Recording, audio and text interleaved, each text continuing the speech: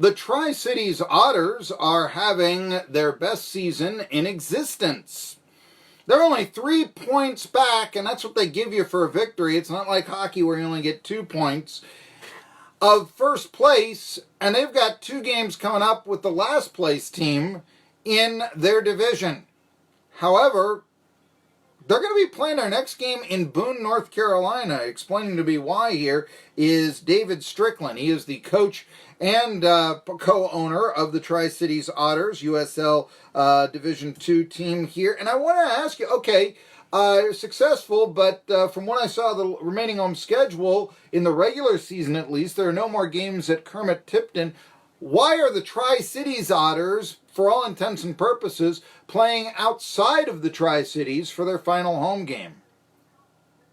Well, we were approached during the off-season by Sports Council over in Boone, who want to put on a high-level game.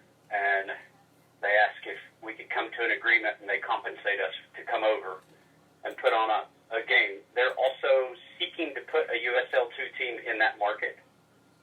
So along with the league, we agreed to play over there to also expand our brand a little bit outside of just our region.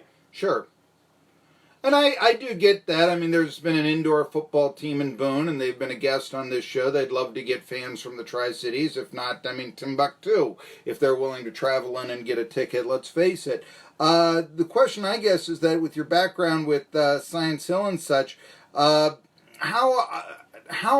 often in the future could we expect the Otters to play in Boone? Are you looking to play more of your games there? Could this be a situation like what they're talking about with the Rays between Montreal and Tampa? Tell us what the future is with the Otters in terms of a venue. This is a one-off, this game.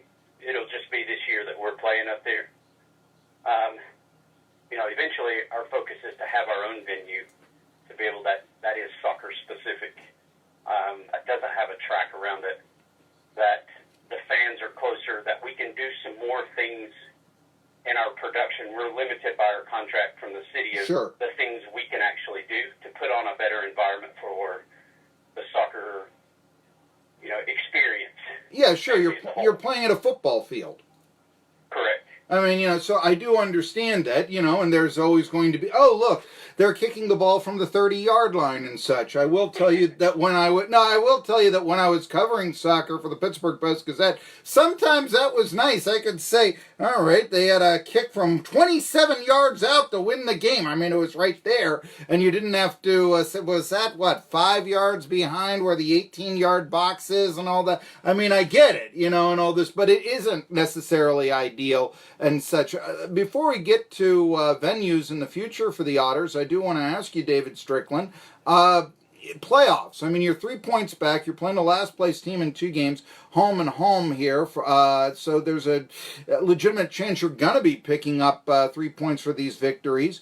Question, if the Otters make the playoffs and have a home game, would that still be played at Kermit-Tipton Stadium? We would not play a home game in town. The playoffs, you bid to host the playoffs, and those bids were due on July 2nd. We looked at the requirements of it, and financially they want you to supply all the hotels for every team coming in, and it just doesn't financially make sense for us to host it. Sure. On that aspect, so we would go to whoever wins the bid for our conference.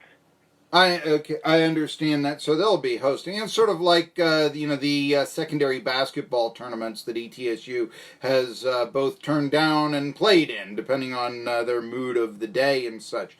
You mentioned you would like to have your own venue. That's certainly understandable. I know that when Michael Balleth was an owner, he was campaigning to have, at least for a period of time, the Buffalo Valley Golf Course. Let's put a soccer stadium in there, and he would talk about it. Well, those plans fell through. Would you be interested in picking up that idea and having a soccer stadium there? Or, I mean, where are you looking at possibly to put a venue in? Are you at that point yet here, David Strickland?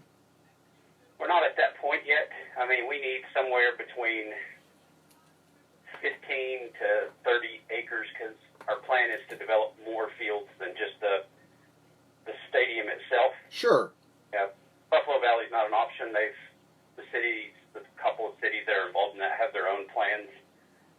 Would love to look towards Boone's Creek, towards the 81-26 thoroughfare, any place that we can get, and the land needs to be the topography needs to be more flat than Sure. it is to minimize the expense. And it would be a over the years process to develop it out.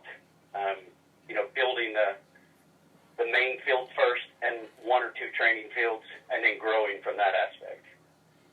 I know that you've got you coach Science Hill, but have you ever considered, or are you in talks at all, Summers Taylor Stadium at ETSU, which is an actual soccer stadium and not a football field, of playing games there in the future? Would love to play in that facility. We played our opening game 4 years ago at that facility, and it was fantastic. And it was when ETSU was playing over at Science Hill, and they had a spring game that they put together, so that's how we flip-flopped. At this point in time, it's not been very well received to try to play there, and part of it is the expense they put into their surface, the way they take care of it. And I understand that they put $200,000 into those fields to keep them nice and for us to play in the summertime. But, there's a new coach. Dave Casper has been very open about soccer in the community and all of us coming together. So, ultimately, can we get it worked out with ETSU? That would be absolutely the best venue. It's a fantastic facility, and they do a good job. I would love to have that happen. But there's just so many parts that would have to come together for that. I would like to see it because for your fans, there are things to do before and after the game, not so much at Kermit Tipton. Let's face it, what are you going to do before then? Go to the skateboard park? That's not necessarily the same as, having a bite to eat before or after the game or something to drink or whatever. We're talking to David Strickland. He is the coach and the owner of the Otters, and he's telling us some future plans and such. And, boy, I've got 3 minutes here, and I do want to ask you about, hey, you're playing for first place, and, why should we go to Boone on Tuesday to watch the game? But I do want to ask this. I have thought of this, and I want to ask you if you think this is practical or if our minds are thinking alike. But when Nashville gets the MLS team, it seems like there's going to have to be some place that the USL team is going to have to go to. And I have always wanted the Tri-Cities to be more cosmopolitan. When it comes to pro sports, Rookie League Baseball or USL 2, that is the entry level. And we're a mid-sized market if you look at all the markets in the country. We're not a small one, if you will. And I was curious, has there been any effort or movement, or would you like to try to take the Otters or, advance them to a higher level, that sort of thing in the future? Yeah, we would love to do that. Part of it, we're going to have some bigger pockets join up with us. There you go. We tried our best to get Nashville to come up and do an exhibition game with us this summer, and they couldn't pull it off in the schedule. So we're going to work really hard for them to come next summer and play an exhibition during our season here in Johnson City. And we would love to develop that relationship and grow that because we are in what's considered their homegrown market. Yeah. Which means, youth talent coming out of our area Nashville would have the first rights to them. So it just makes sense that we connect with them and grow in that aspect and keeping our Otters brand that where they could share players with us during our season also. Well, there's one more chance to see the Otters, and you might have to drive around that windy road and all that, but it's only an hour away. So tell us, you're battling for first place. Before this season, the Otters have been known probably for losing more than they won. What's been the biggest change this year? Quality of players. We're only 4 years old.